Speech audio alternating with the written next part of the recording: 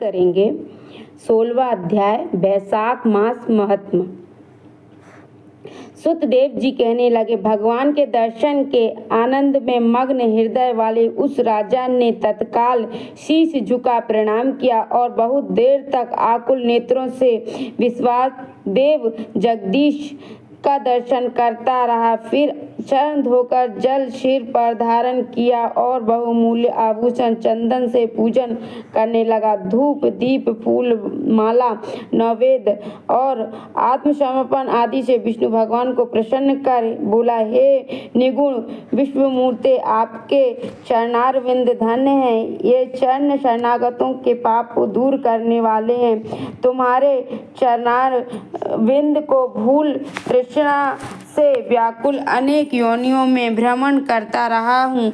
न मैंने दान किया, न साधु सेवा की और न तुम्हारी कथा सुनी। उस अपराध से शत्रुओं ने मुझे पराजित कर दिया, मेरा वैभव नष्ट हो गया। तब मैं वन में गया। मेरे अपने गुरुजनों के स्मरण करते ही गुरु ने आकर मेरी 3 दशा तक दया कर दुख से छुड़ाने का उपाय बताया। उनके बताए बैसाख के धर्म कार्य शुभ फल देने वाले हैं। मैं अब करने लगा। उनके प्रभाव से मुझे संपूर्ण वैभव मिला और मैं अत्यंत प्रसन्न हूँ। हे परमात्मा, संतों का अनुग्रह करने वाले तुमको नमस्कार है। हे जगदीश, हे जगनिवास, हे देवेश, आप प्रसन्न हो जाइए जिससे आपके चरण कमलों में मेरी स्मृति हो। हे प्रभु, पुत्र स्त्री कौशादी में मेरी आसक्ति ना हो। मेरा मन आपके चरणारविंद में लगा रहे। मेरी वाणी आपकी दिव्य कथा कहने में लगी रहे। मेरे नेत्र आपकी मूर्ति के दर्शन करने में लगे रहे। मेरे कान आपके कथा श्रवण करने में और जिह्वा आपके कमल गुणानुवाद करने में समर्पित हो। नासिका आपके चरण कमल का मकरंद सूंघे। मैं प्रवृत्त होकर हाथ आपके मंदिर की सफाई करने में तथा आपके भक्तों के सुगंध युक्त चंदन आदि लेपन करने में लगे रहें। भगवान के भक्तों को भी जो लोग चंदन लगाते हैं या चंदन दान करते हैं, उससे भी प्रभु प्रसन्न होते हैं। पाँव आपकी कथा में ले जाएं।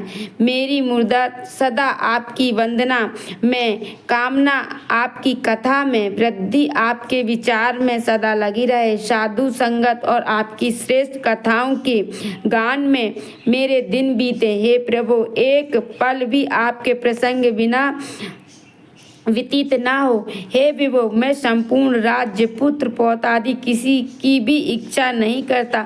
मैं आपके चरण कमल की सेवा का इच्छुक हूँ। राजा की ऐसी स्तुति सुन भगवान प्रसन्न हो बोले, तुम पाप रहित निष्काम मेरे भक्त हो। मैं श्रेष्ठ हो। 10 सहस्त्र वर्ष की तुम्हारी अवस्था हो।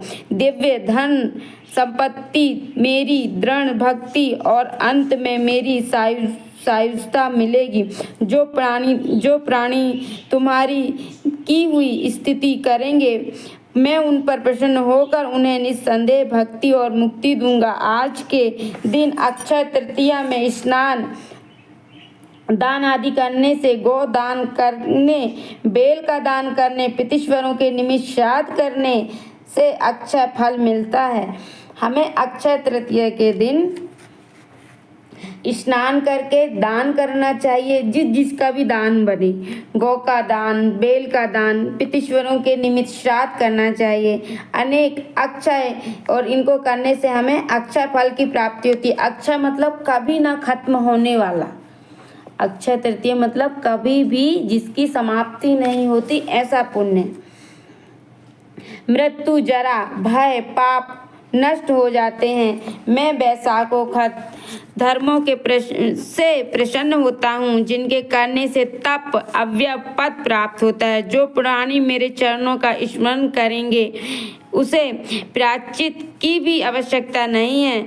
तुम गुरु के उपदेश से वन में आ वैशाख के धर्मों में तत्पर हुए और जगत के नाथ भगवान की आराधना से तुम्हें सब वस्तुएं प्राप्त हो गई। इस धर्म से प्रसन्न हो मैंने तुम्हें दर्शन दिया है। अब तुम देवताओं के लिए भी दुर्लभ इच्छित भोगो। भगवान कह रहे हैं कि जो देवताओं को भी जो कठिन है, जो दुर्लभ है, वो भोग को तुम भोगो।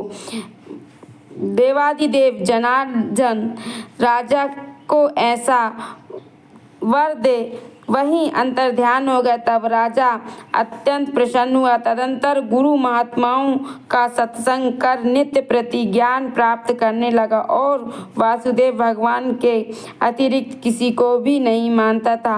वैशाखों का सब धर्मों को बारंबार करने के पुत्र पौत्र आदि की वृद्धि हुई और संपूर्ण मनोरथ को भोग।